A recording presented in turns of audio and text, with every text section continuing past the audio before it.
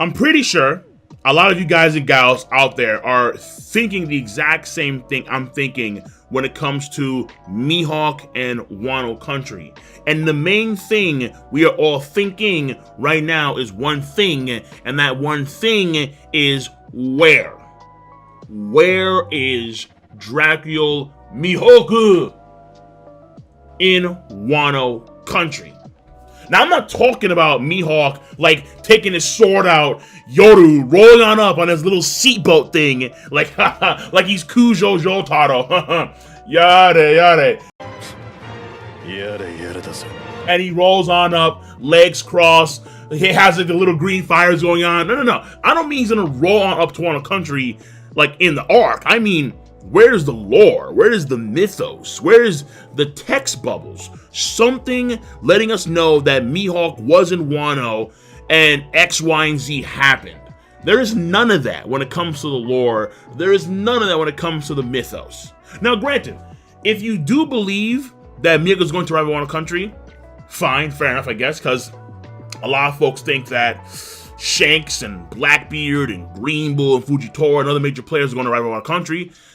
I don't necessarily think all of them are going to come, honestly. Like, maybe Blackbeard may roll on up, maybe? That's like a big if, honestly, at this point in time. You know, a lot of folks think that these casts are going to come to Wano country, then I guess maybe Mihawk could too, somehow, some way. I just don't see it. But at the bare minimum, I would expect to have lore when it comes to Mihawk and Wano country, because this is the land of the samurai. People that have spread the name of Wano country outside of its borders. Folks like Oden. Both Akainu and Sengoku reference Oden in chapter 957, that phenomenal chapter. Not only that, but Akainu himself told Kizaru, we can't engage with these guys just yet because we don't know the power of the samurai.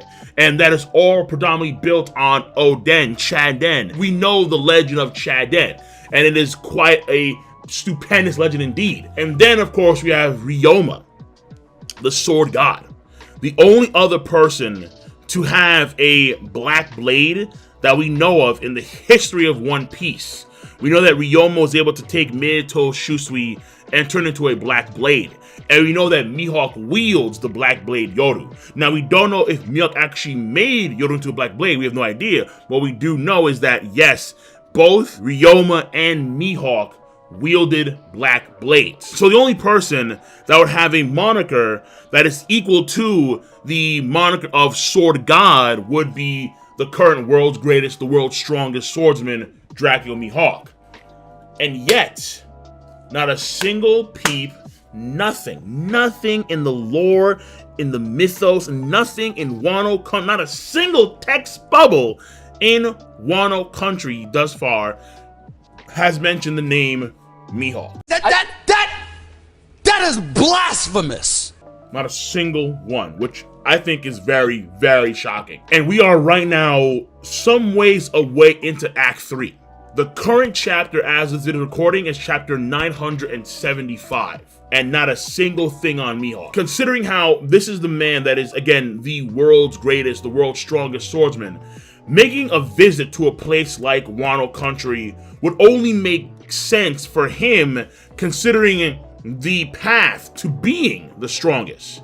However, keep in mind here that when it comes to the strongest titles, it's not necessarily clear on how they actually achieve these things. Now, in the Ace novel, which is coming out in a few months, we do have some folks' translations of that on Reddit and on Twitter. And it is noted that, let's say, for example, Whitebeard, he is the world's strongest pirate because of his accomplishments as a pirate. Now, that's from memory, and I could be wrong on that one. And, of course, we'll have to wait and see the actual details when the actual novel comes out. But it is very possible that in the case of Mihawk, you would assume that his accomplishments as a swordsman are the greatest in the world. But what that entails exactly, we don't know. We have no idea. So we do have a better sense for, let's say, someone like Whitebeard. And I think Kaido is also known to be the world's strongest creature because no one can just kill this guy. But again, the Ace novel, I won't know for sure until it actually comes out officially on Viz in a few months' time. Now, what I will say is that there are some options, some possibilities as to why Mihawk isn't mentioned yet in the story, in a place like Wano country where he should be mentioned. Again, on his path to becoming the best, the greatest, the strongest swordsman in the world, you would assume that he would have visited Wano country, a place that is literally rife with swordsmen. However, number one, maybe Mihawk never went to Wano country ever, because simply put, it is an isolated country. We know that it is very difficult to get there, and Mihawk for the most part is a loner. Like, as far as we know, we still don't know why A, Mihawk is a pirate, B, why he's a Shichibukai. You would assume he became a Shichibukai, let's say, after Shanks lost an arm and he was no longer going down that path of being a true blue swordsman. Mihawk probably lost that drive to fight against someone like Shanks, given Shanks' condition at that point in time, and those daily duels were done. And so out of sheer boredom and so on, he became a Shichibukai. So that's my guess on that one. But we don't know why he became a pirate. Why is Mihawk a pirate in the first place? Like, Mihawk actually, when I think about it now, how Mihawk rolls is very similar to how Zoro rolled back in the day.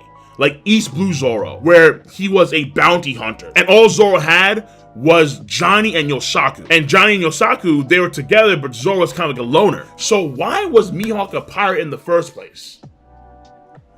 Not too sure.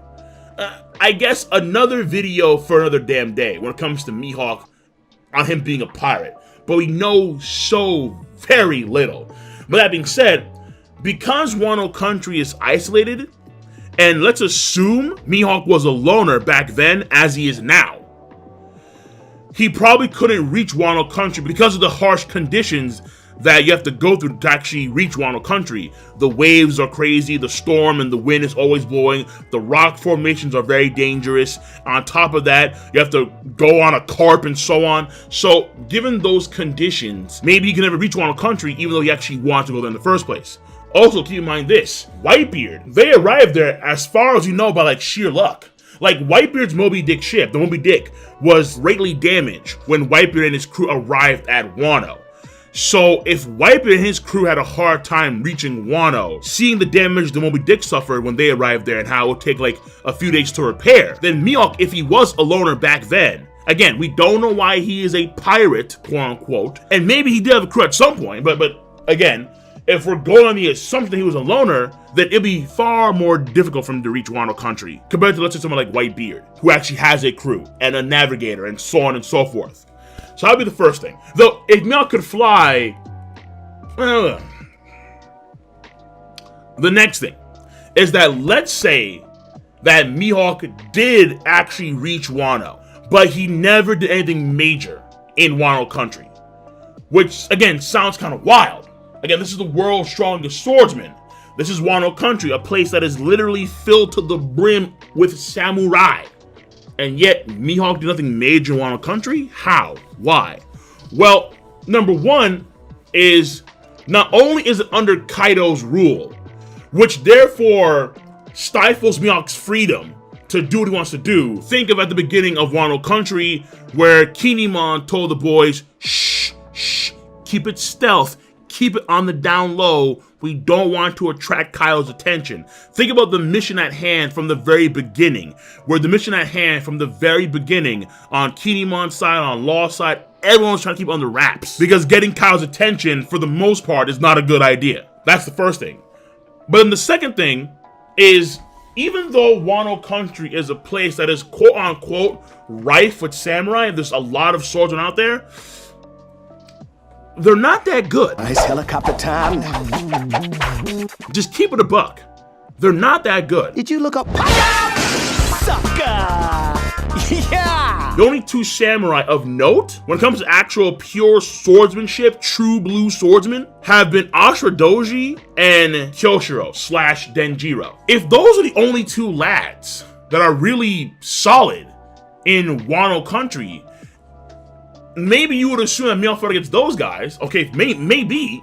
Because again, so far, they're the only two that actually matter when it comes to swordsmen. And yet, they haven't said anything about Mihawk so far. And then on top of that, it's also very important to note that Orochi did ban martial artists and things of that sort in Wano country, so folks couldn't foster or hone any of their skills. So if these schools and weapons and so on were banned in Wano country for a long period of time because of Orochi's rule, then that dwindles the likelihood even more so of Mihawk finding strong adversaries in Wano country. So Mihawk could have actually gotten there, and he was in Wano country garb, looking around, doing his thing, and there was nobody noteworthy in Wano country for him to face, which would be a tragedy, but that could also explain the reason why we haven't heard anything about Mihawk so far in Wano country. Because all the quote-unquote strong dudes, guys of immense legend and lore, again, Ryoma and Oden, nowhere in sight. Nowhere in sight. And the best you guys, Ashura Doji and Denjiro. And what are the chances of Mihawk actually fighting against Denjiro, who is napping, you know, the mafia boss? And that would attract Kaido's attention ASAP. And then Ashura Doji, who was more rogue, but also more like a thief, in and out, get the food, cause some care, then get out. So, if he did arrive there, then that could be a reason as to why we haven't heard Mihawk's name yet. Again, I'm gonna say yet, because it could happen later on in the arc, but as of, again, this recording this video, the latest chapter is 975, and there's been nothing so far. Nothing. But wait! I'm adding this quick addendum because there is something I forgot about, which is very possible as well. Maybe Mihawk, again, did arrive to Wano country, and maybe this time he actually did do stuff. But in this case, he was under an alias, because Killer was under the alias of Kamazo. Of course, not of his own choosing, but Kamazo the Manslayer was Killer.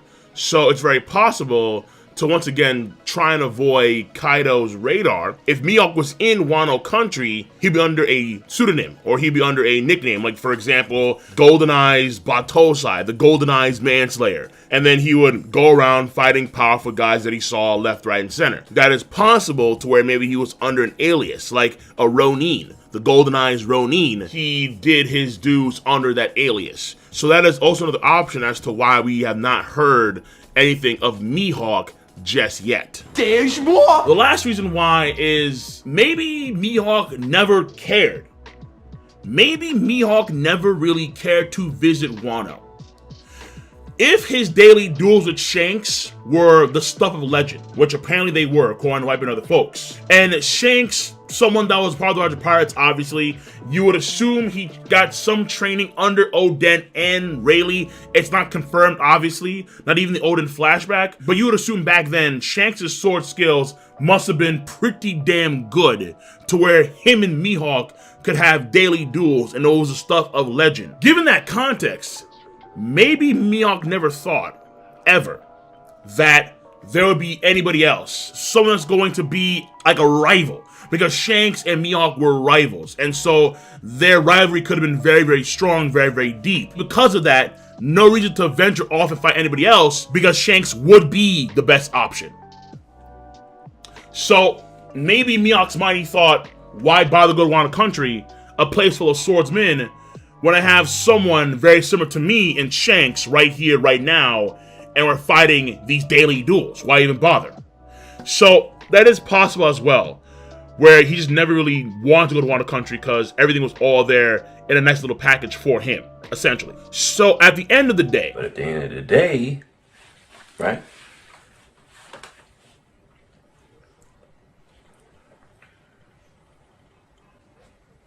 Mihawk's name so far has not been uttered a single time in Wano country. I feel like if we never get Mihawk's name at all in Wano country, it does put into question whether it's Shanks or not with the daily duels. It does put into question the world's greatest or world's strongest title that Mihawk has. Now, hopefully, the Ace novel does clear up some of that, maybe, hopefully. Because again, as far as you know, it does clear it up for Kaido and Whitebeard, but I won't know fully until I actually read it a few months from now. But I would like to believe that Mihawk went to every corner of the globe, fought as many powerful swordsmen as he could. And if he did, in fact, do that, then I don't see why he wouldn't go to Wano country. But if he didn't, then this, I think, would definitely be a big missed opportunity on the part of Oda. I mean, Oda could give us Mihawk's whole thing in like 1 or 2 info dump chapters in the flashback. Say the time Zoro and Mihawk square up to fight their one-on-one duel for the title of the world's greatest swordsman. But wouldn't it be so much better if we got like little sprinkles here or there throughout the entire course of the story of Mihawk's, you know, achievements here or there and so on and so forth, and this person and that person, and not just Shanks, you know? But either way, I digress. I have some faith in Oda to actually give us some Mihawk content in Wano Country. If it doesn't happen, then alright, fine, it doesn't happen.